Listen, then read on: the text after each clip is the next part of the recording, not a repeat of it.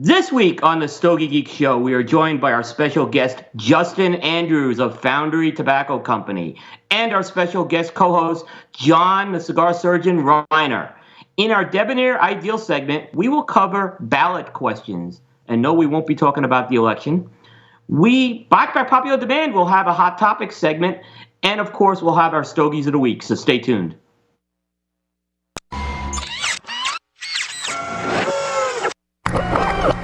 This is a Security Weekly production.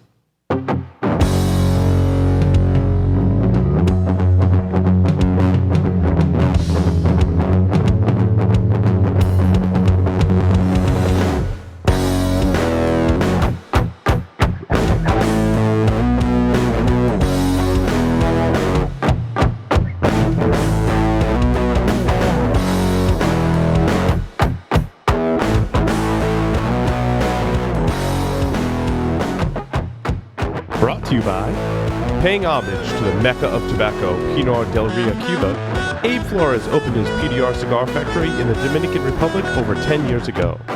Abe is one of the hottest boutique cigar makers in the industry today, earning the number 10 spot on Cigar Aficionado's Top 25 Cigars of 2014 with the Abe Flores 1975 Serie Privada. Abe and his team use Cuban blending traditions in a modern boutique Dominican factory. Smoke PDR cigars and cut, light, and taste what they love to do. M. Bombay cigars represent the most admired cigar culture of Cuba. They select the best of the best quality tobacco to use in the aging process. M. Bombay cigars are then rolled in Costa Rica by some of the most experienced cigar rollers, giving it a unique smoking experience. The band portrays the detailed and artistic nature of our small industry. Try the M. Bombay Casera, M. Bombay Mora, and the recently released M. Bombay Havana. M. Bombay Cigars, where the cigar is a way of life.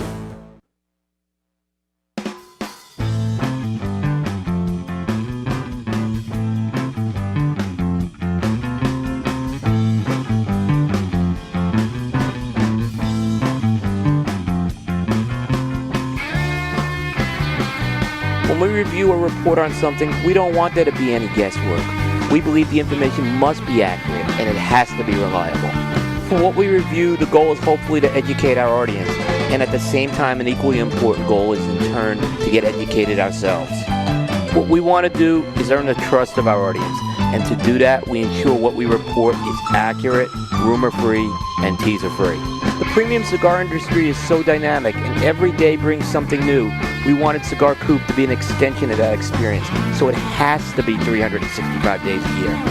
We wanted to create a true media ecosystem and integrate Cigar Coop with the power of our Stogie Geeks programming network.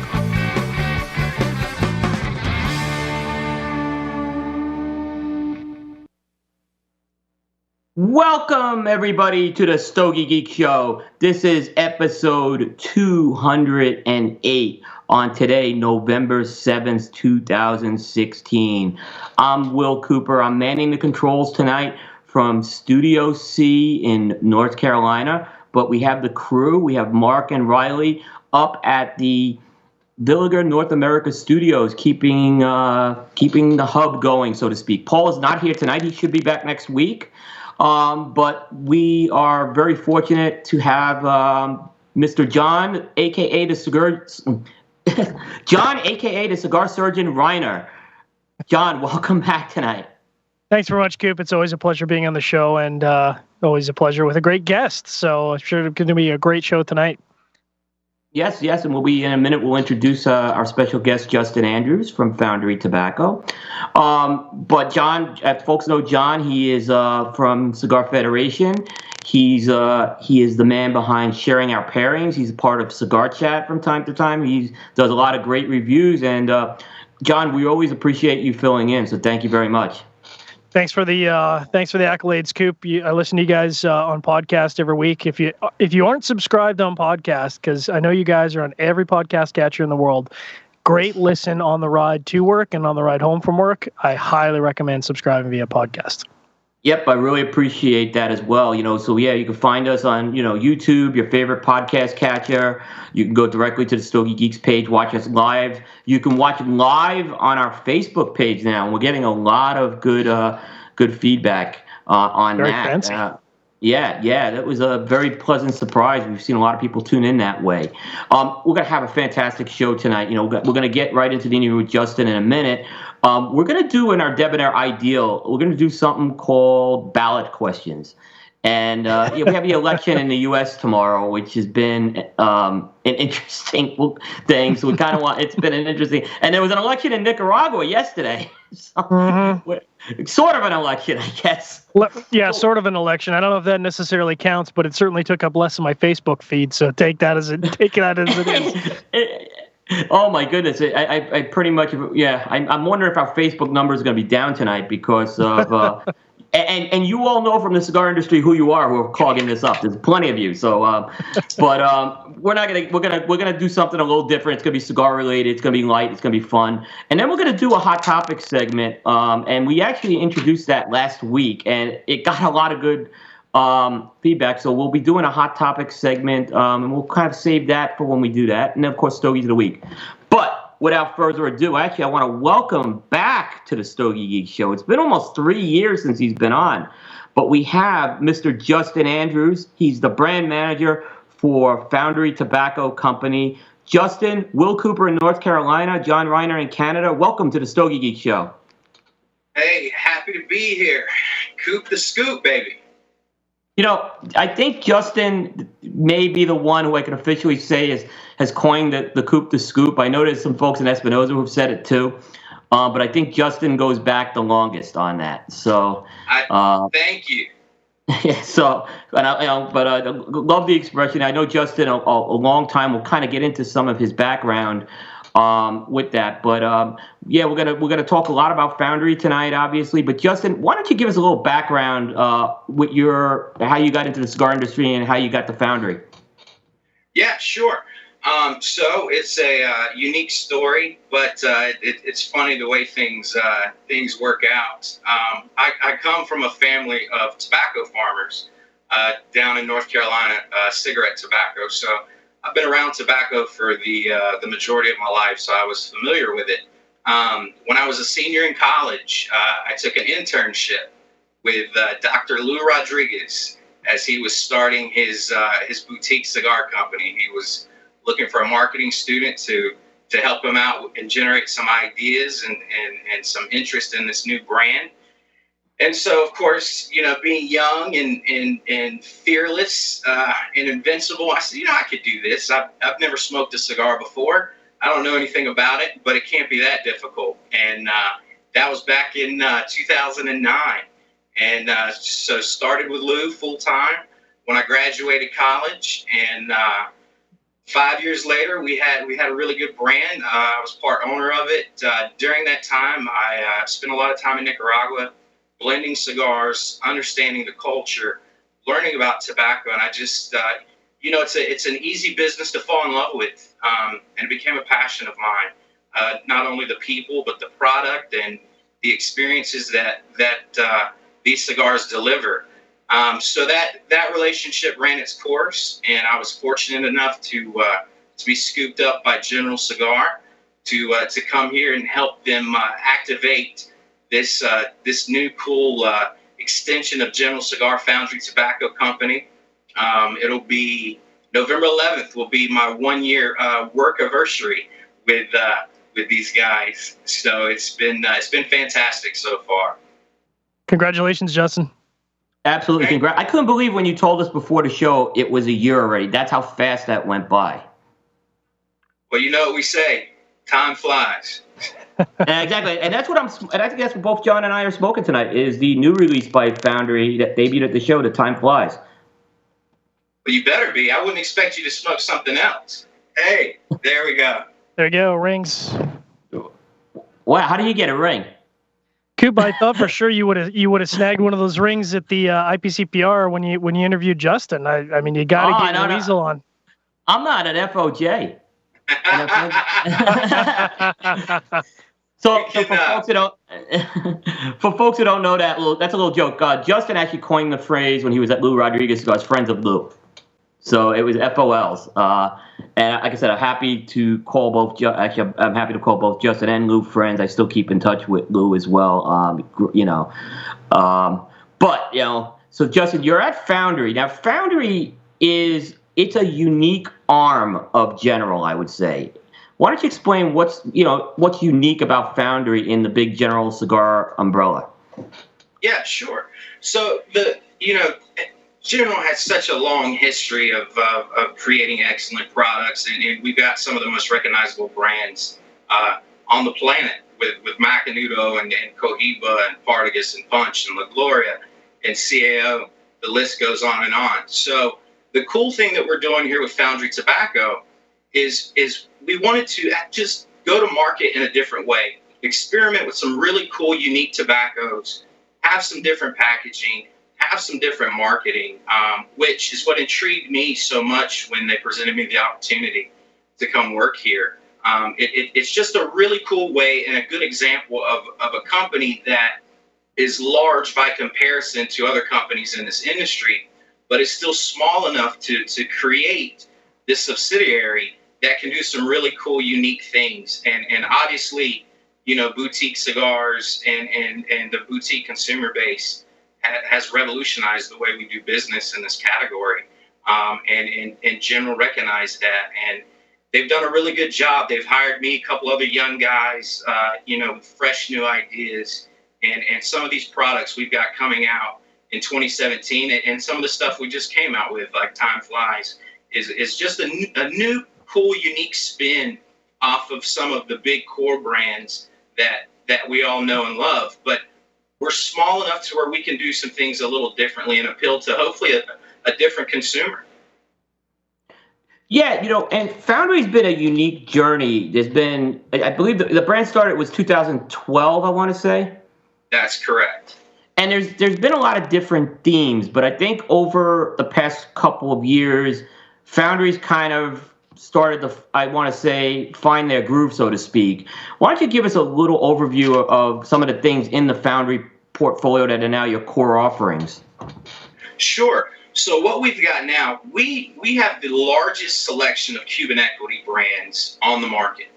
And I know you guys, as well as I do, get those questions all the time about Cuban cigars in the market.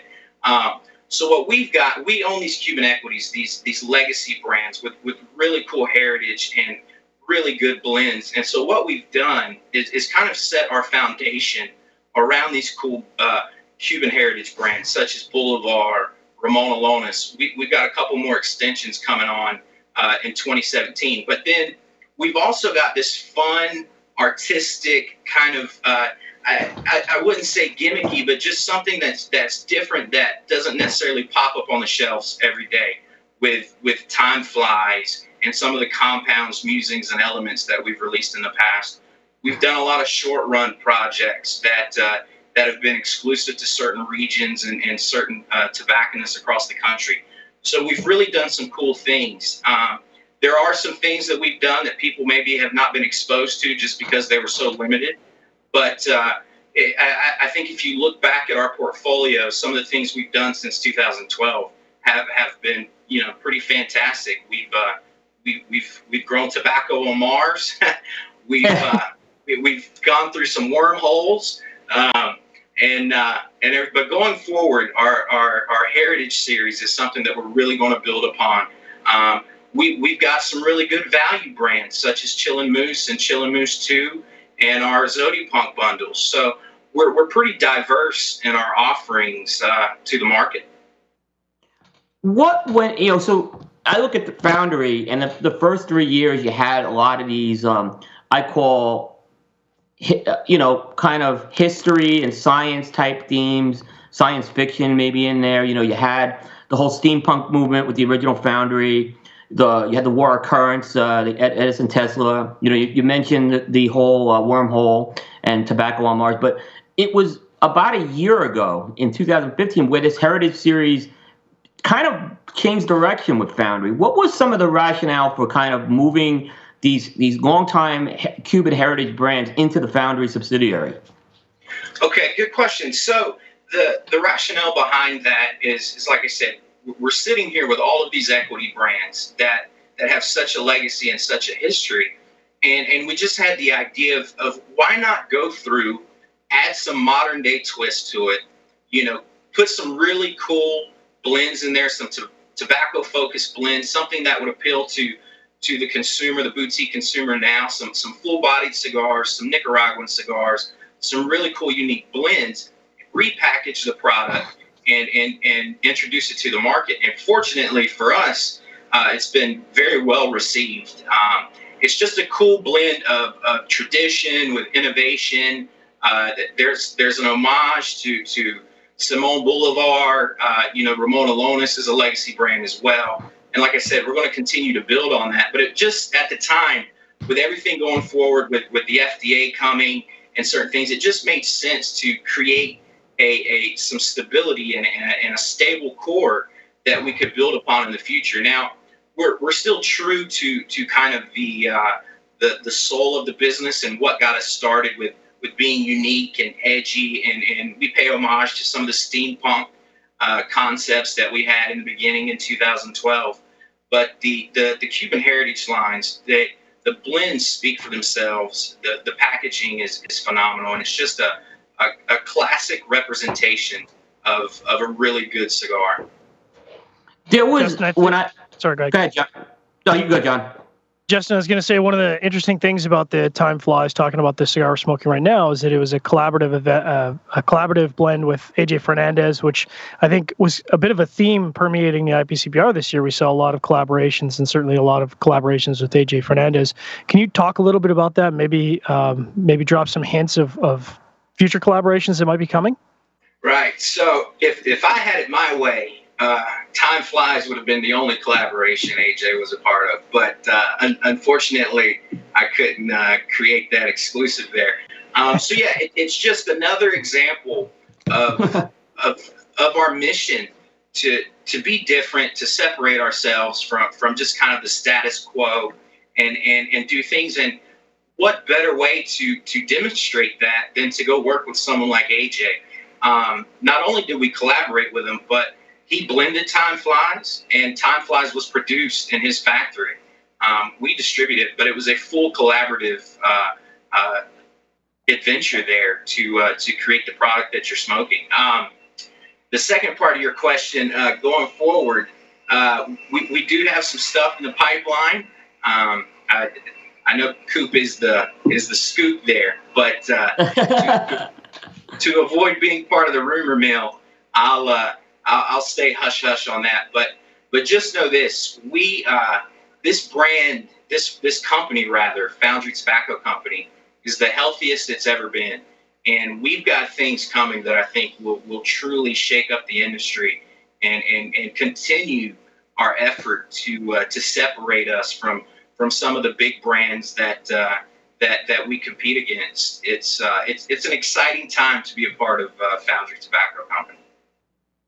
I tell you, this Time Flies was one of the real revelations at the trade show this year, and I'm not saying Absolutely. this is your on. This is a boutique cigar through and through. Yep. I mean, if you took the band off this thing, I mean, I'm telling you, there's like a chocolate malt taste I get off this cigar, which is just like fantastic. And I think Yeah. I mean, I think what's interesting, Coop, is, I mean, you smoke through the cigar, and this is, I think, the third or fourth one I've smoked through, and there's a number of notes in here that I can't even put my finger on. Like, and I love a cigar that kind of baffles you a little bit, where you're like, I'm not quite sure what that flavor profile is, but it keeps you interested for the entire smoking experience. I agree with you wholeheartedly. It's not a cookie cutter cigar, and it's nothing like AJ's produced before either, is what I'm going to say with this cigar. This is very unique. Well, you guys, we're all a part of the stories that make us unique and kind of differentiate the tobacco we use. But I will tell you this: there is a region in Nicaragua that only AJ grows in, and part of the tobacco that region produces is in this cigar. And I'm not one of those guys that tries to describe every subtle nuance and things that make this cigar unique. But I can honestly tell you that there are components to this cigar that when you smoke it, it will be difficult to identify, just because you've probably not been exposed to that tobacco that's used in here. We were very fortunate as part of our agreement with AJ that we were able to use this unique tobacco. So you get a lot of that traditional Nicaraguan taste. You get some of the chocolatey, the espresso, the Habano 2000 wrapper adds a really great smoothness to it. It's not heavy on the palate, but that key ingredient there from that region that AJ grows in adds a very cool element to this cigar that a lot of people can't identify. So it's nice to put something out there in the market that hasn't been used before. No, it really is. Now, what I loved, what you did with this, as far as the packaging, is you gave each Vitola a different kind of color with this. So I'm smoking like the Robusto, which and I believe that comes in like green packaging, which is with some skulls on it. And then you have different colors for every one of them. And what I really like is how I'll walk into a humidor and I can see those four facings that are offered in the brand, and I can put the color, and I know that immediately I can identify that as a different cigar. And Paul and I on the show, we very much preach that every Vitola is a different cigar. And I just loved what you guys did with that, because you really don't see that in the market much. Right. You're absolutely right. I mean, I've heard some of my counterparts describe blending and how they try to achieve each Vitola to be its own individual cigar. Well, in a sense, we all do that. It's just natural with the tobacco and with the size. I think every blend has a Vitola that best represents that particular blend. But one of the ways that we wanted to go forth and kind of just show that each Vitola is its own cigar is by identifying it with the different colors. Now, having said that, some of my retailer friends, they come with some feedback of, oh, it's confusing. Is it a different blend? The colors. What we did to solve for that is when you open the box, all of the lids, the inlays are black. So when the boxes are open, they look pretty uniform. However, on the panels and when they're closed and box purchases, you get a cool, unique box for each Vitola there. So it's another example of us just kind of shaking things up a little bit. Even on the band, it's got the it's got. And I think you've talked about this, Coop, before, that on the band it's got little mantras, and just it's kind of one of those sort of light touches, but it completes the project, right? Like even on the band, it's got a little bit of something to keep you interested about the cigar. Right. Yeah. And here's the thing: we've got skull and bones in our category is not uncommon. There's several people have used skulls and crossbones and things like that. And what we were going after when we were marketing this wasn't anything gothic or anything like representing the end of time. But what this cigar represents, and the reason those quotes are displayed on the band, is because we all know through our own experiences that life is short, time flies, and part of enjoying a cigar is making the most of that moment that you're enjoying the cigar.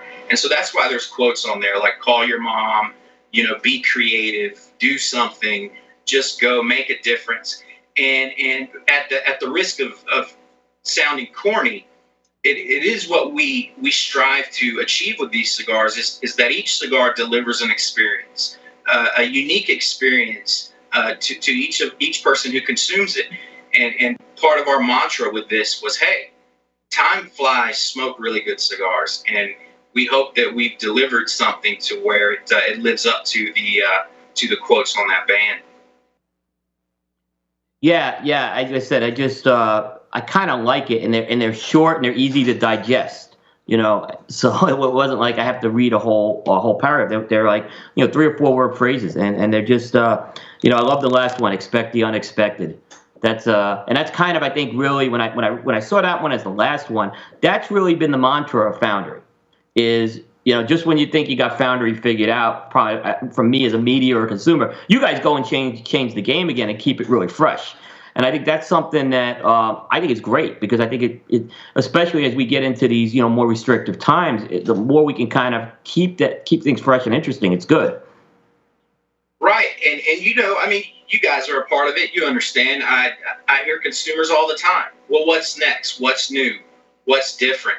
Even after we released Time Flies at the show, it was just a couple months later. I was doing an event, and it was like, well, when's the extension coming, or what's new? So part of how we combat that is one, we want to create a product that stands the test of time and that people can come back day after day and year after year and have that consistent experience. But also coming up with this expect the unexpected. We may throw out a short run product that you weren't expecting. We may do something like a Zodi Punk bundle where we release a different bundle every month. I mean, there's some really cool things that we've got at our disposal to use. And with the factories that we have and with the tobacco that we've got, our resources are limitless to what we can do. So expect the unexpected is definitely something that we hold on to. Absolutely. Will Cooper, episode 208 of Stogie Geeks. We're joined by Justin Andrews of Foundry Tobacco Company, John Reiner, the cigar surgeon, sitting in as our special co-host, and we're talking about Foundry Tobacco. So Justin, you kind of mentioned, so Foundry we've kind of mentioned is different, okay? What in terms of a go-to-market strategy, how does Foundry different in its go-to-market strategy maybe than some of the other traditional lines under the general portfolio? So what we do, it's a culmination of a lot of different things. One is you guys know that we've hired brokers. We're in the process of hiring some more brokers. We just brought on the Polar family to cover the Midwest. So we're kind of changing the face of the guys who represent our brand, guys that really represent the culture that we're trying to establish. Being cool, unique, and different. And our go-to-market strategy, and I alluded to this a little bit earlier, is we have our core, we have our stable line of products that are consistent, that are well blended, and will be here many, many years from now.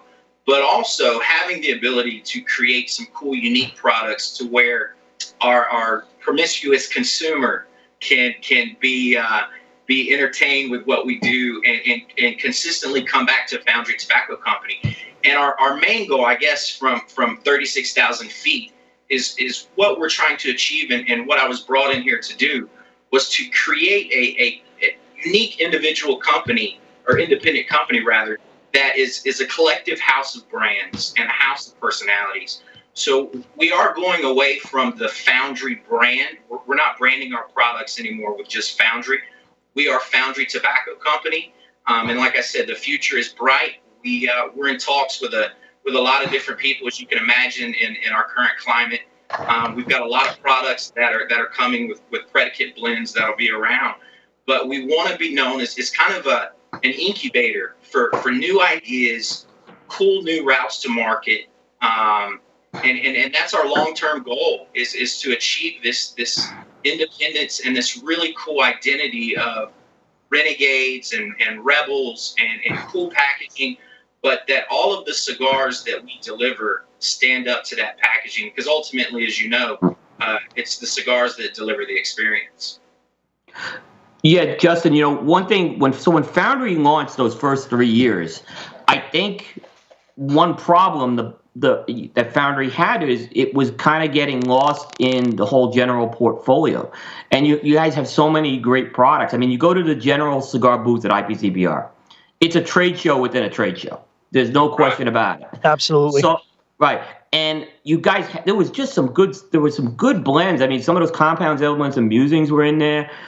And I think this move that you made going to the brokers was an absolute brilliant move, because you, in a way, you kind of just said, look, we are different. We're going to take a different approach. And a lot of brokers tend to really understand the boutique market. Not saying that General doesn't, but you have someone that lives that, and now they can go to market, and market it this way. I think it was a great move. And I think you guys are starting to see the fruits of that now in terms of, from the consumers. I'm hearing more and more people talking about these cigars now. Right. And that's the thing. I mean, our sales reps are fantastic. And each of them, our sales reps represent our company in the highest of ways. And these guys are tobacco guys, and they're fantastic at what they do. But as our book continues to grow year after year, and not only with releases from CAO and Partagas and Hoyo and Punch and Macanudo, the list goes on, we've also got a set of, as we identify, tail brands that, quite frankly, are larger than most of the boutique cigar companies in this category. Brands like Sancho Panza, Don Tomas, El Rico Habano. I mean, great brands that have been around for a really long time, that as our sales rep is going through his pitch to a retailer, by the time you get down to brand X, that's 150th on our list there, you know, the retailer's probably like, look, Bob, it's time to go. You've been here for 3 hours going through these products. So what we wanted to do was to create just an independent sales force with a different route to market. And these guys can focus on some of these tail brands and shed more light on some of these cool, unique brands. Because if you look at it, if you take a brand like Sancho Panza, and I'm a bit biased because that was the first cigar I ever smoked, but you've got a great blend, a great experience, but year after year with 5 to 15 new products coming out every year under our portfolio, that brand continues to get a little further and further down the list.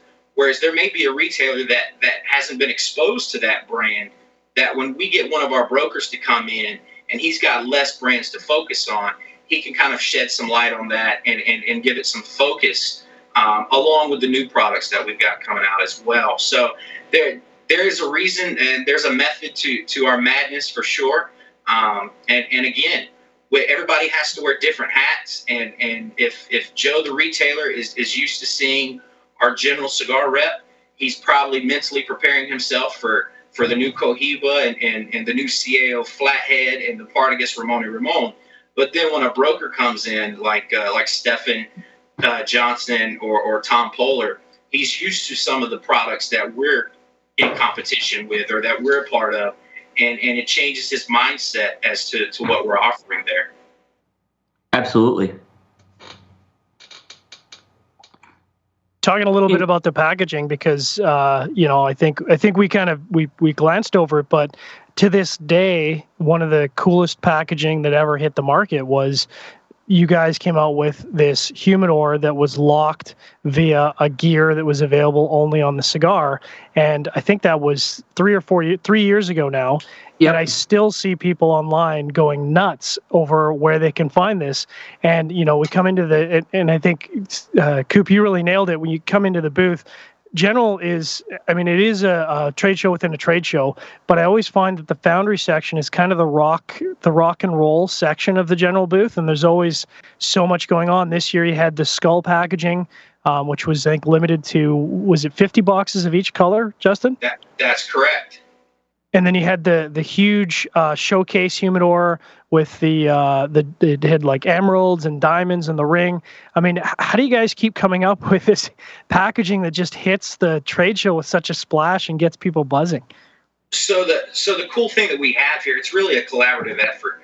We've got a team of guys here that have been with Foundry Tobacco Company from the beginning, from our marketing side.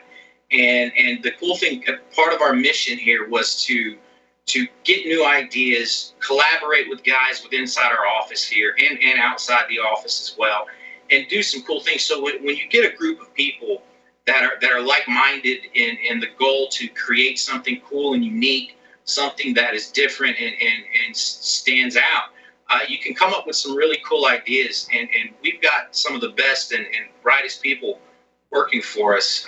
And like I said before, I'm fortunate to be a part of the team. But with guys that have the experience that they have within this category and that understand tobacco the way that we do, you can come up with some pretty amazing things with that collaborative effort. Absolutely.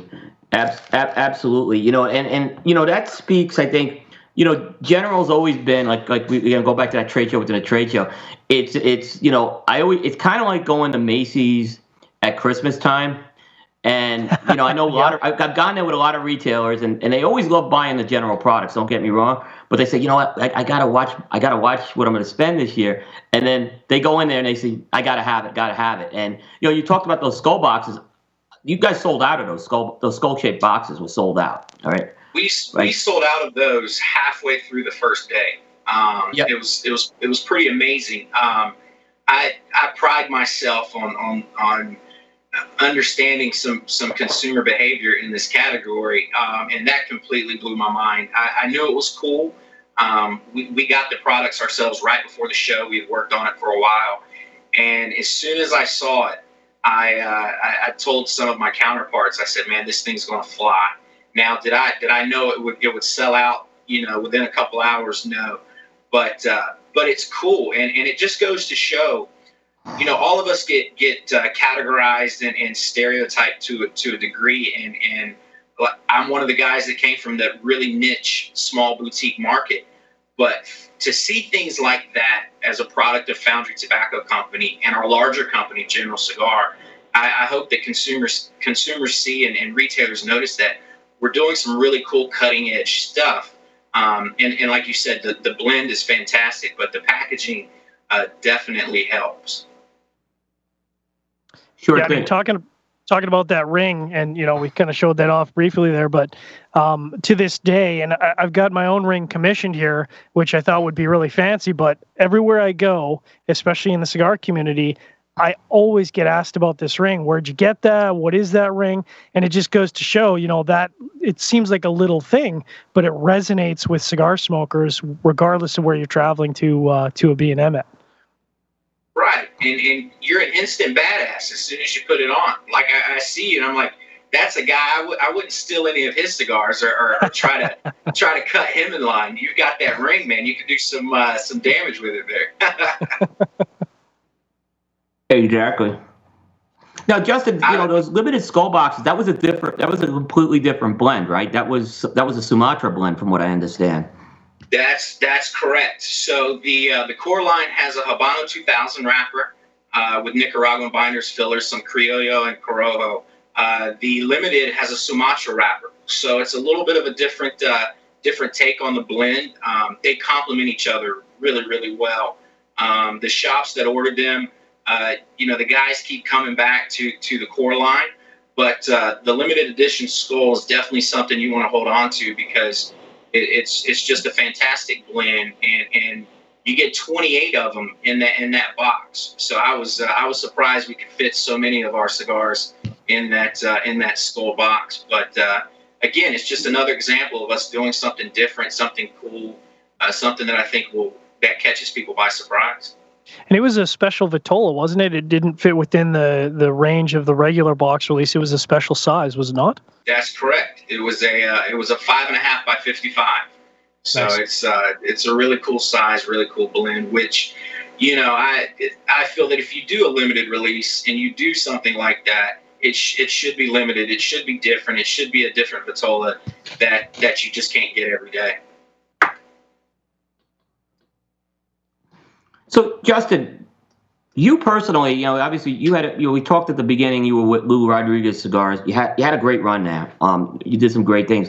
What was it like now going to work from a boutique company? Yes, you're in this boutique subsidiary, but you're still working for a big company. How is that adjustment going? Yeah, it's quite an adjustment. I will say, the passion is the same.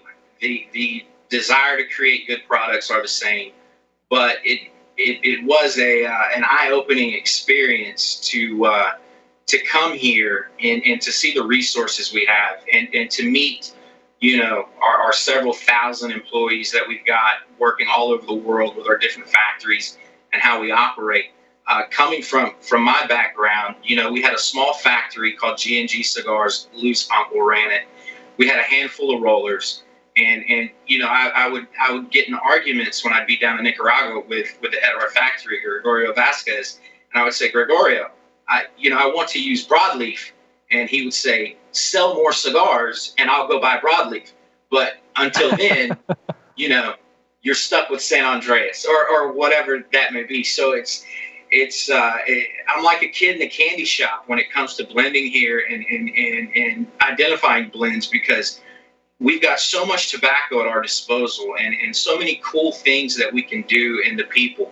Obviously, it's an adjustment to go from showing up with Lou and having a bottle of tequila and kind of deciding where we wanted to travel in the country to here. It's a little more corporate. I guess as corporate as a cigar company could be.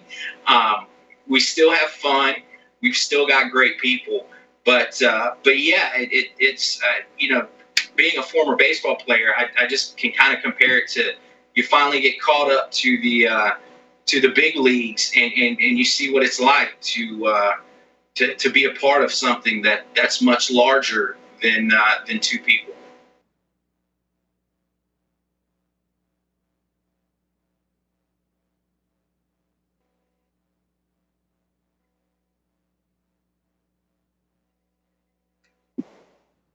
You there? Okay. Yeah, Justin, it's kind of interesting because I kind of went a similar route. I started working for a big company. I then went to work for a very small company. And the ironic thing is the small company got acquired by the former big company I used to work for. So, isn't it always like that? Yeah. So it was kind of interesting. And, there were just little things that I remembered, that were a little more, from processes standpoint, they were much more lightweight working for the small company. But then when I realized we had to go back to some of those processes that are a little more heavy, I realized there was a reason for it, because you can't be a big company and kind of operate like that. So sometimes there's some trade-offs you definitely have to make with that I've seen in my career. Right, and it's so funny because when Lou started his brand and I came on board in the very beginning, as I grew and acquired more knowledge about the category and really fell in love with tobacco, Lou took a step back, which was great for me because I was able to get involved with the blending. But I also was the debt collector, the marketer, the salesman. I was the packager.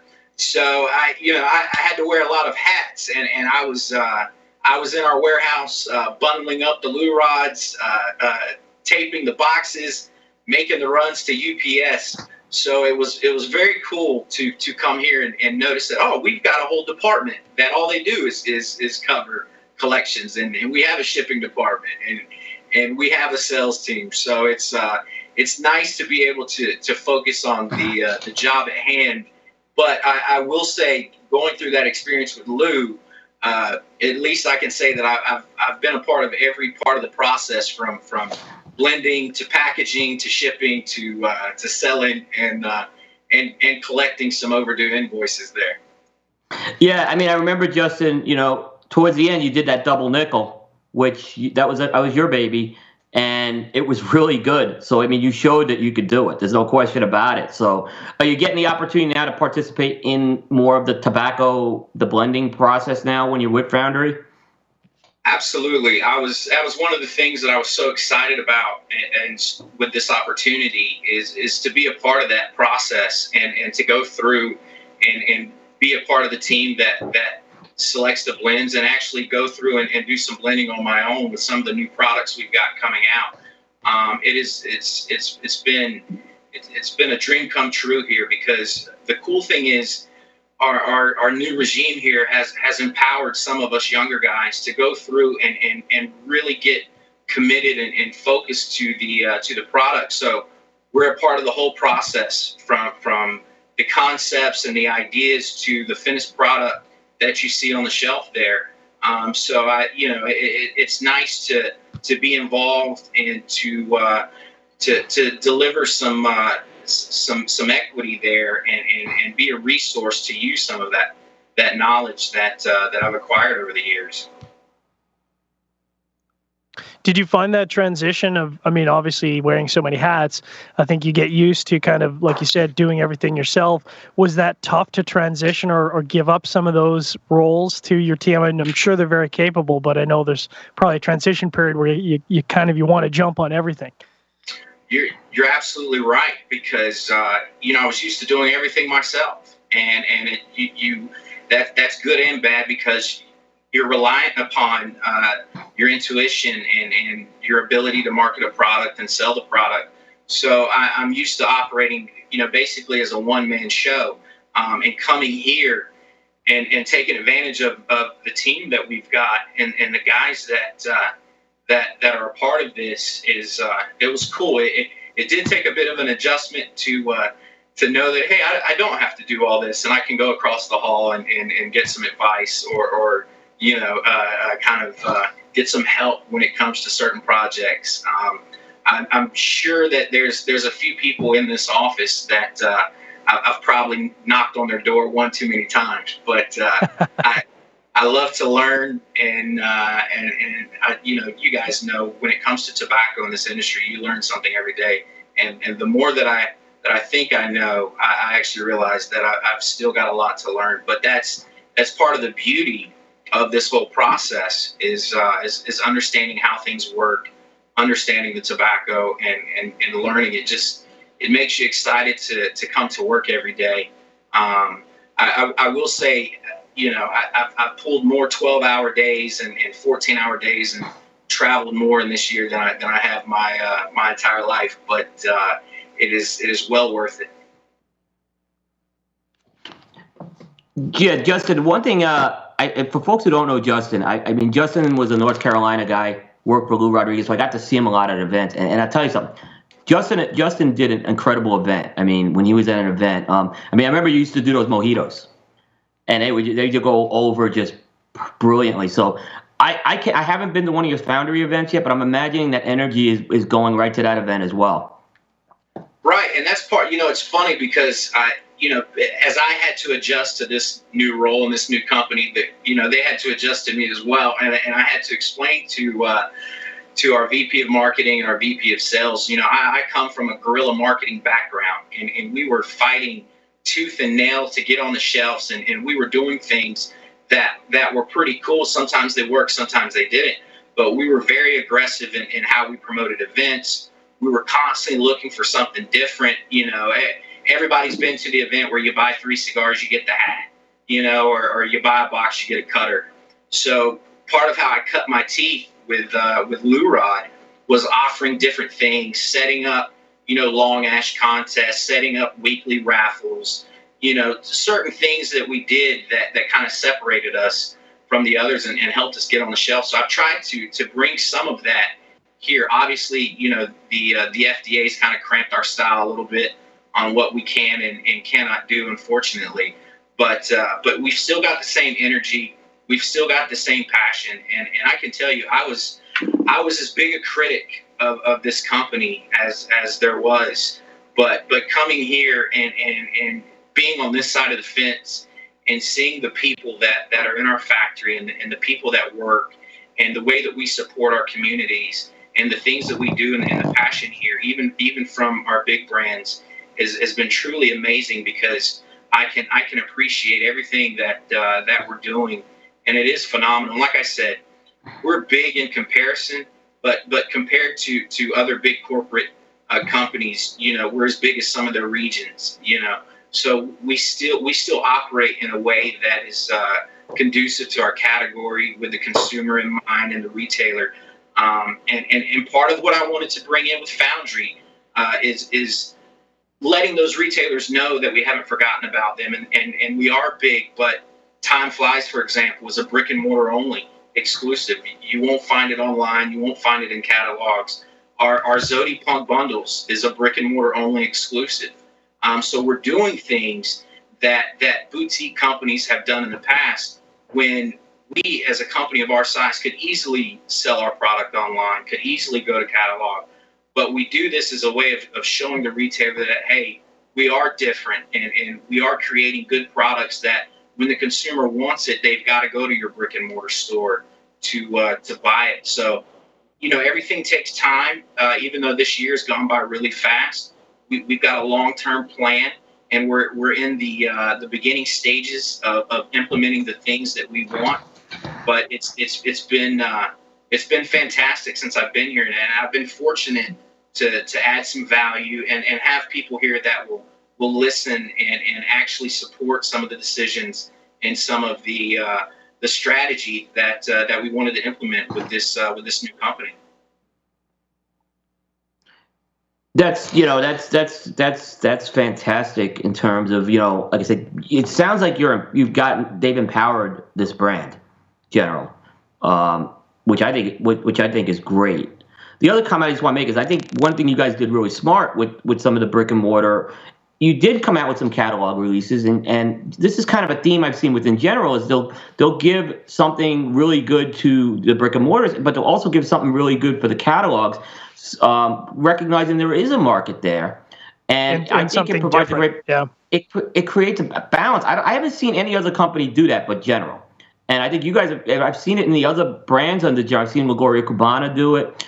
So I mean, I see it as a very, very effective. Partagas did it. Effective strategy there. It does provide some nice options, and you're able to keep both folks happy. That's right, and we've got some exclusive sizes that go to catalog and internet and some different things. And with traveling across the country, especially on the West Coast, there are guys that live 150 miles from a brick and mortar cigar store. There are guys that they only can get product through, online and internet catalogs. So there is a market there. And like I said, we want to do some really cool stuff. And as you can see, we've done that. But we also stay true to ourselves. And that is creating really good blends, unique blends, some good packaging, but also delivering that to the consumer through retailers, through whatever avenue they can get it. Because in the end, we're creating these products that create experiences for people that we want them to enjoy however they enjoy it. And you've got to utilize all those different routes to market in order to do that. In a lot of ways, you guys are the big little guys in the market. Well, we are doing something different. There's so many guys that are trying to achieve the level that we're at. Like I mentioned, some of our tail brands, you would be surprised to know how much they do a year compared to a lot of these other companies that their entire portfolio won't do what this one brand will do. So we've done some really cool things, and we're going to continue to do that. But with the consumer in mind, that's our motivation. Fantastic. John, any more questions? I don't think any other questions. I think just one comment, and you might have already kind of echoed this, Coop, is that what I like about Foundry is, again, talking about the general portfolio, is that it is unique within the portfolio. It doesn't overlap with another brand within general. And I appreciate that it does have an identity, and a very specific identity within the portfolio. You don't confuse it with the CAO. You don't confuse it with the Tranyo. It is what it is within the market, and I appreciate that. It's got a very clear and competent brand identity. Yeah, I want to echo that as well. Like I said, I've smoked through a lot of the Foundry stuff over the years. Not just the Time Flight, but they've all had this unique niche to. I mean, even the original Foundry, which you never disclosed the tobaccos, but that was a very, very unique cigar. There's still a note I get on that cigar that I've never gotten on any other cigar before. So, Martian tobacco, I think. Well, it's funny because, obviously in my past life, I was on the other side when that blend was released. And I remember thinking, oh, give me a break. This is, it's whatever, but it's not everything they say it to be. Well, now that I'm privy to some insider information, I can tell you there is some tobacco in there that no other company has ever used and probably ever will, which is why it is unique. And I've smoked. As a matter of fact, I've got a couple laying around here that I continue to smoke, and it's a cool experience. It's a unique cigar, but everything that we release, we like to see Coop's ratings. But I will say this, Coop, I've got my own cigar coming out at some point next year, and I don't know if I'll be happy unless it gets. I'll fight Chuck Norris for it, because I think that's the standard there. My Lou Rod Matafina and La Mano Negra, I think, were the only ones to get that I've been a part of. So we've got to get back to that level here. There's a store I know that still has those cigars. I'm not surprised. There's a few still in circulation. And it's a store in North Carolina that I found out recently has it. So yeah, and I'm not telling because I may be going to pick them up because I'm like, those are great. Those are great. So just as we wind up, I won't put you on the spot. I know we talked before the show about a possible giveaway. Did you still have that? I do. So what we've got 5 different rings. We've got black, gold, silver, and gunmetal, 4 rings. And what I've got here, I've got a gunmetal and a silver ring that I'd be more than happy to ship to a lucky consumer. Awesome. Cool. And so there's 2 of them, you said, right? That's correct. Okay, so I guess I'll throw the question out there. Unless you had something specific in mind you want, that's fine too. If not, I can throw a question out there. Have at it. All right. So on the Time Flies release, the limited release had a different wrapper than the core release. I want to know what that limited wrapper is. And you could just specify, you know, if you get it close, I'll give it to you. And you need to email the show at stogiegeeks.com. This is for the live audience. Unless we don't get a right answer, then I will open it up for the podcast audience. But this is for the live audience. The first two who get that right, Justin will send you those rings. Well, we'll get them to you from Justin, so we're sure on that. And it's great, Justin. Thanks for a giveaway, because with FDA, we've had to crack down on our weekly giveaways, which is unfortunate. So we really appreciate that. Yeah. Well, we're going to continue to come up with some cool new products that we can give away and things like this. And all the events I'm doing, I bring them with me.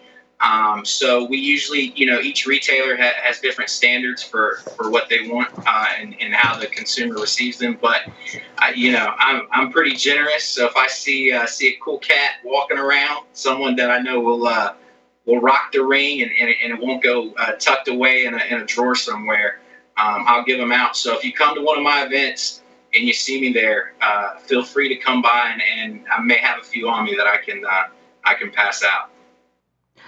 That's great. Very nice. Justin, well, first of all, thanks for, the support now and over the years as well. General, of course, they've been a great supporter of ours, a sponsor of ours for a long time too. So we really, really do appreciate it. And we will definitely be having you back on the show to kind of catch up on this journey. So great we had you back. It won't be almost 3 years again next time, I can assure you that. So I know we tried to get Justin for a while for this segment. We finally were able to work it out. So it's got to stop working those 12-hour days. Yeah, exactly. With that, we will take a short break and we will come back with our Debonair Ideal segment. So stay tuned.